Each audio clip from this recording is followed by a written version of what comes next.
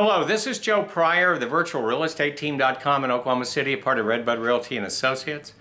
And I want to give another message to, especially to the first-time home buyers that are out there, that are in the Oklahoma City area. And the reason why I'm doing this is because we're still doing short sales in this market. We're kind of a last in, basically, into the foreclosure side of the market. It's not huge here, but it is now.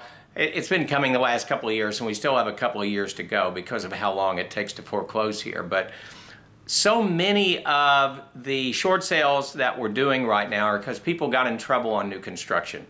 They bought thinking that they're going to be there a long time, brand new house, like buying a brand new car. But it is something that if you don't feel absolutely secure and long-term, I want you to think about. And I also want you to know I'm not against new housing here, but I want you to know the details that you're never going to get when you walk into a builder's open house.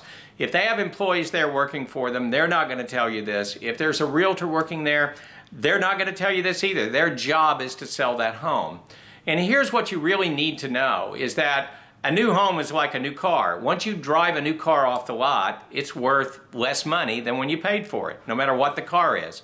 Some have better resale than others. It's the same way with a new home. A new home, once you close on that house and move in, it is immediately worth less that day of closing than it was worth before the day of closing. Now I'm going to explain why.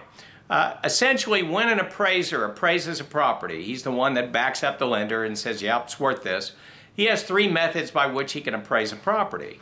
Number one is the cost approach, number two is the comparable approach, and three is the economic approach. Cost approach, very simple. How much does it cost to build? Comparable approach, well, what are the other houses selling for? Economic approach, how much would it rent for? And he weights the three depending on the type of the house it is. Now, if it's a new construction, the heaviest weight is given to, ta-da, the cost approach. Now, there is a comparable approach only because of what are the other new homes selling for, and then, of course, the economic approach, which is rental. So what happens is once you close on the house, the weight changes. If another 30 days went down and you wanted to find out what your house was worth and you ordered an appraiser to come out, that appraiser is going to use the comparable approach heavier than a new approach. So he's going to take existing homes, and he can go back 5 years. So typically in a new home, it takes you at a minimum 2 years to be able to sell the house, pay what it costs to sell a home, and have what you paid for it, possibly even 3. And so what happens is people get into trouble. They lose their job, they get transferred, and all of a sudden they need to sell the house. They did FHA, which is 3.5% down. They have a 10% selling cost, and all of a sudden, with the depreciation, they're underwater, and you have to understand this. So it is a caution that I want to give you because I would prefer not to have to do a short sale for you. It's something that we do. It's something we're very good at doing, but it is not my desire to say, hey, I'm in the short sale business. I would like to be out of the short sale business. So I want you to be aware of this fact that when you're buying a new home, mainly because you can buy a 2-year home or a 3-year-old home, and you can get a lot of the amenities you want. You can get the big bathrooms, you can get the big closets, the high ceilings, the higher efficiency heat and air system, and it's already depreciated out and it's not been lived in that long. I want you to understand this going into your purchase, that new homes depreciate automatically after you buy the homes. It's not a trick, it is just a fact of life. And it is something that you want to be secure in the long term. Now, I'll give you another warning about buying a new home, and this is something that I'm seeing also that's causing people problems.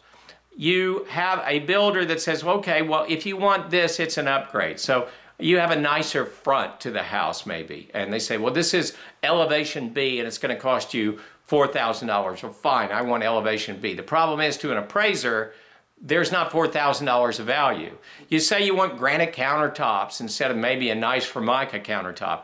To an appraiser, at this moment, it doesn't matter. So you pay $4,000 or $5,000 for granite countertops, and that increases the price. And now you're even further underwater if you have to sell that house in the first few years.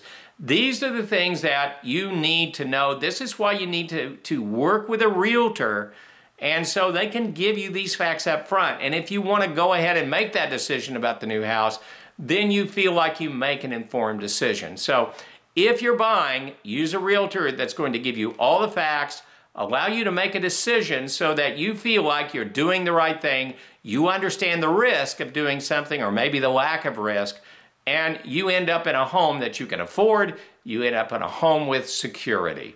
So if I can help you in any way, please contact me at joe@joepryor.com.